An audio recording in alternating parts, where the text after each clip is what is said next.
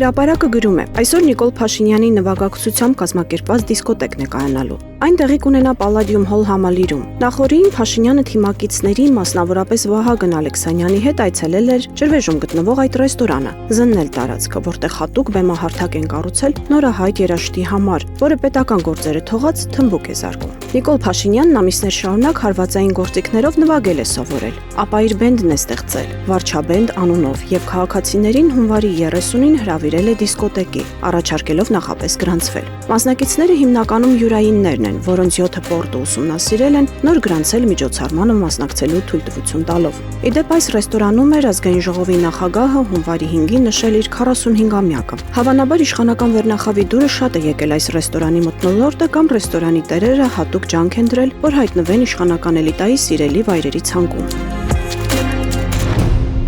Հրապարակը գրում է. հատուկ իրենց համար սահմանած հունվարի 27-ի զոհերի հիշատակի օրը Փաշինյանի եւ նրա թիմակիցների եռաբլուրայցի ընթացքում լրագրողները ֆիքսել էին դիպուկահարների ներկայությունը, որոնք զենքով հսկում էին եռաբլուր սրբավայրում Նիկոլ Փաշինյանին եւ ապահովում նրա անվտանգությունը, թեև այնտեղ սովորաբար իրենց զավակների, ամուսինների, շիրիմներին այցի եկած մարդիկ են, որոնք մշտապես այնտեղ են լինում, որովհետեւ զրկվել են նորմալ կյանքով ապրելու իրավունքից։ Թերթին պատմել են, որ դիպուկահարների մասին տեղեկանալով զոհված զինվորների մի խումբ ծնողներ շրջել են եւ հայտնաբերել նրանց ու դեմարդեմ կանգնելով զինված ուժայիններին ուղակի շանլափ են թափել նրանց գլխին, աշխարհի ամոթանքը տվել ասելով. «Ում եք դուք պաշտպանում»։ Եռաբլուրը բազմապատկած դավաճանին եւ ումից եք պաշտպանում, որ թե կորույս ծնողներից, ոչ իրենց կամքով եռաբլուրում հայտնված տղաները գլխիկոր եւ լռելիային լսել են ու ծպտուն չեն հանել։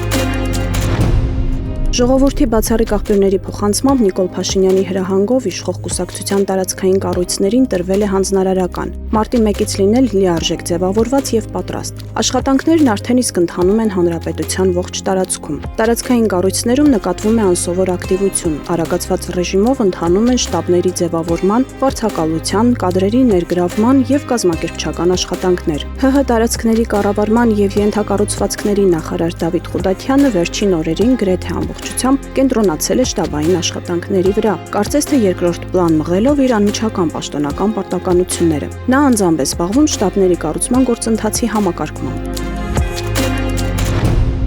Հրապարակը գրում է. ընտրություններին ընդառաջ Նիկոլ Փաշինյանը մտադիր է ոչ միայն քաղաքական հակառակորդների վախը բռնել քրեական հետապնդումներով, այլև սեփական թիմակիցներինը։ Իշխանական աղբյուրների փոխանցմամբ իրավապահները նյութեր են նախապատրաստում ՔՊԱ-ական պատգամավոր Հայկ Սարգսյանի դեմ, որին ՔՊ վարչությունը չընդգրկեց նախընտրական ցուցակի թեկնածուների մեջ։ Երեկ Փաշինյանն անդրադառնալով նրան հայտարարեց. «Ես չեմ կարծում, որ այդ քննարկումների բովանդակությունը հանրային դարձնելուն ուղղված գործողությունները բխում են պարոն Սարգսյանի շահերից։ Այդ պատմությունն ընդամենը մեկ բանի մասին է, որ ՔՊ-ն իր անդամների ոչ կանոնավոր կոռուպցիոն տեսանկյունից խնդրահարույց գործողությունները չի հանդուրժելու։ Որքան էլ չեն հանրայնացնում, բայց սրանից պարզ հնարավոր չէր ասել եւ հեռու չէ այն օրը, երբ նա կհայտնվի մեղադրյալի աթոռին։ Այդ ժամանակ Փաշինյանը կհիմնավորի իր զինակցին զոհաբերելու անհրաժեշտությունը, փորձելով տպավորություն ստեղծել, թե չի հանդուրժում կոռուպցիոն երևույթները»։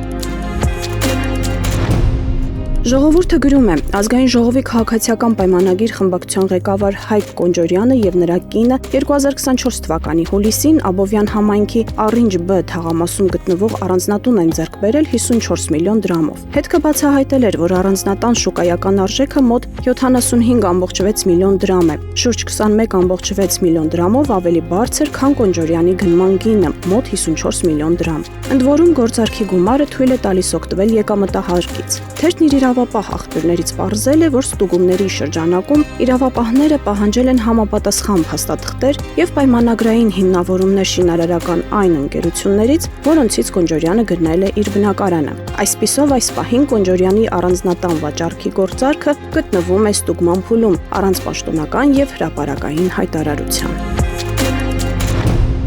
Հրապարակը գրում է. Հայաստանի Հանրապետության երկրորդ նախագահ Ռոբերտ Քոչարյանն իր ասուլիսում երեկ անդրադարձել է ինչպես ներքաղաքական, այնպես էլ արտաքին քաղաքական հարցերին։ Նա ասել է, որ Հայաստանը պետք է անի ամեն ինչ գերտերությունների շահերի բախման կետում չհայտնվելու համար։ Հմուտ նահապետը փոթորիկի ժամանակ իր նավն օվկիանոս չի հանում, չվտանգելով ոչ նավը, ոչ անձնակազմը։ Նշել է, որ Միացյալ Նահանգներն ապամոնտաժում են այն աշխարհակարգը, որը հենց իրենք են ձևավորել։ Խոսել է մեր խորհրդանշաններից՝ եկեղեցի, Արարատ, որից չի կարելի հրաժարվել։ Ինչ վերաբերվում է ընտրություններին, հնարավոր է ձևավորել խոշոր նախընտրական 3-ից 4 բլոկ, որոնք կարող են համագործակցված աշխատել։ TRIP-ը ըստ նրա հայ-ամերիկյան պրոյեկտ է Ադրբեջանի եւ Թուրքիայի համար եւ դա մեծ սպառնալիք է դառնալու, եթե չընդլայնվի, չընդգրկի Չինաստանն ու Ռուսաստանը եւ չփարատվեն Իրանի մտահոգությունները։ Ասել է, որ ՀԱՊԿ-ից ինքն էլ ունի որոշակի հիասթափություն։ Լավատեսություն է հայտնել, որ պատկերն ընտրություններում ավելի բարենպաստ է լինելու ընդդիմության համար եւ շեշտել, որ սոցհարցումներով են որոշելու իրենց դաշինքի առաջին համարին։ Խոսել է նաեւ եկեղեցու դեմ արշավի մասին։ Եթե որևէ մեկն ինձ ասեր, որ գալու է մի պահ ու մենք ունենալու ենք այս պատկերը, ես կասեի, որ հարց տվողը հոգեկան հիվանդ է։ Փաշինյանը եկել է մի կարգախոսով, որ ժողովրդին սիրում է, հետո պարզվեց, որ փողն է սիրում, ոչ թե ժողովրդին։ Եթե ժողովրդին սիրեր, թոշակառուների վիճակն այսպիսին չէր լինի։